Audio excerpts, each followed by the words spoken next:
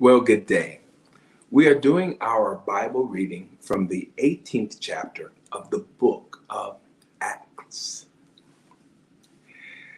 After these things, Paul departed from Athens and came to Corinth, and found a certain Jew named Aquila, born in Pontus, lately come from Italy with his wife Priscilla, because that Claudius had commanded all Jews to depart from Rome, and came unto them.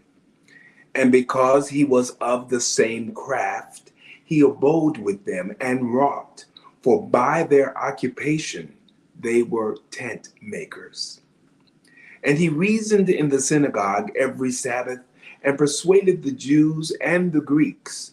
And when Silas and Timotheus were come from Macedonia, Paul was pressed in the Spirit, and testified to the Jews that Jesus was Christ. And when they opposed themselves and blasphemed, he shook his raiment and said unto them, Your blood be upon your own heads. I am clean. From henceforth I will go unto the Gentiles. And he departed thence, and entered into a certain man's house, named Justus, one that worshipped God, whose house joined hard to the synagogue. And Crispus, the chief ruler of the synagogue, believed on the Lord with all his house, and many of the Corinthians, hearing, believed, and were baptized. Then spake the Lord to Paul in the night by a vision, Be not afraid, but speak, and hold not thy peace. For I am with thee, and no man shall set on thee to hurt thee, for I have much people in this city. And he continued there 1 year and 6 months, teaching the word of God among them. And when Gallio was the deputy of Achaia, the Jews made insurrection with one accord against Paul, and brought him to the judgment seat, saying, This fellow persuadeth men to worship God contrary to the law. And when Paul was now about to open his mouth, Gallio said unto the Jews, If it were a matter of wrong or wicked lewdness, O ye Jews, reason would that I should bear with you. But if it be a question of your words and names and of your law, look ye to it, for I will be no judge of such matters. And he drave them from the judgment seat. Then all the Greeks took Sosthenes, the chief ruler of the synagogue, and beat him before the judgment seat. And Gallio cared for none of those things. And Paul, after this, tarried yet a good while, and then took his leave of the brethren, and sailed thence into Syria, and with him Priscilla and Aquila, having shorn his head in Cenchrea, for he had a vow.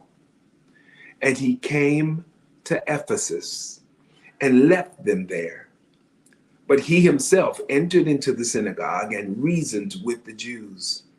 When they desired him to tarry longer with them, he consented not, but bade them farewell, saying, I must by all means keep this feast that cometh in Jerusalem, but I will return again unto you, if God will. And he sailed from Ephesus. And when he had landed at Caesarea and gone up and saluted the church, he went down to Antioch.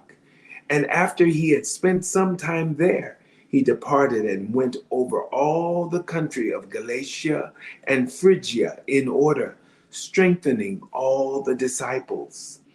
And a certain Jew named Apollos, born at Alexandria, an eloquent man and mighty in the scriptures, came to Ephesus.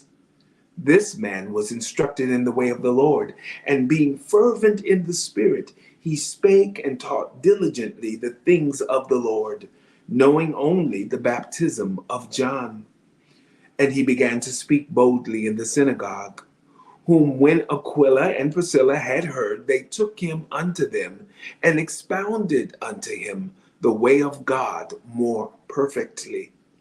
And when he was disposed to pass into Achaia, the brethren wrote, exhorting the disciples to receive him, who, when he was come, helped them much which had believed through grace.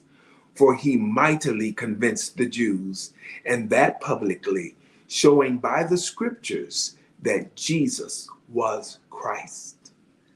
The book of Acts, the 18th chapter. Have a wonderful day.